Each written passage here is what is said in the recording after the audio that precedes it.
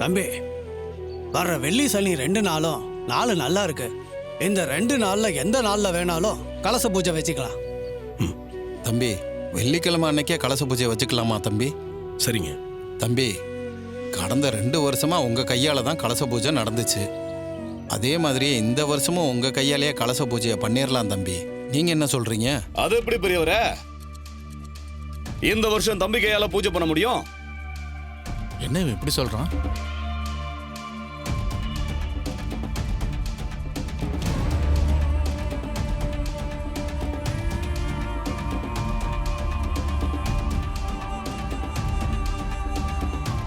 என்ன பெரியவங்களே, கைய தொங்க போட்ட உடனே இந்த சிவனாண்டி கதை முடிஞ்சிருச்சுன்னு நினைச்சிட்டீங்க? இது நீங்க நினைக்கிற மாதிரி சாதாரண உடம்பு கிடையாது. இரும்பு. யாராலையும் எதுவும் பண்ண முடியாத இந்த சிவனாண்டிய ஒரு குட்டி புல்லட்டு அது வந்து காலி பண்ணிடுமா என்ன? ஐயா, நீங்க ஆக வேண்டியதெல்லாம் பாருங்க.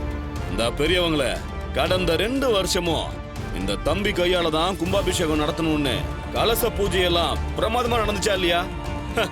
ஆனா கும்பாபிஷேகம் ஒழுங்கா நடந்துச்சா? இல்லையே. இந்த தம்பியோட ராசி அப்படி. அதனாலதான் இந்த வருஷம் இந்த தம்பி கையால எந்த பூஜையும் நடக்க வேண்டாம். அதுக்கு பதிலா இந்த வருஷம் கும்பாபிஷேகம் நடத்துறாரே ராஜா சேதுபதி, அவரோட மகன் ராஜராஜன் கையால நடக்கட்டும். அதானையா முறை? அப்படித்தானே நம்மளாம் பேசியிருந்தோம். முன்னாடி அப்படித்தான்பா பேசணும். ஆனா அவர் இப்போ உடம்பு சரியில்லாம இருக்காரு. அவர் குணமாயி வரட்டும். அது வரைக்கும் கார்த்தி தம்பியே கலச பூஜையை பண்ணட்டுமே. சிவனாண்டி சொன்னதான் நியாயம்பா. இந்த கும்பாபிஷேகம் தடை இல்லாம நடக்கணும்னா அதுக்கு ராஜா சேதுபதி ஐயாவோட மகன் வரணும். அவரு வந்துதான் கலச பூஜையை நடத்தணும்.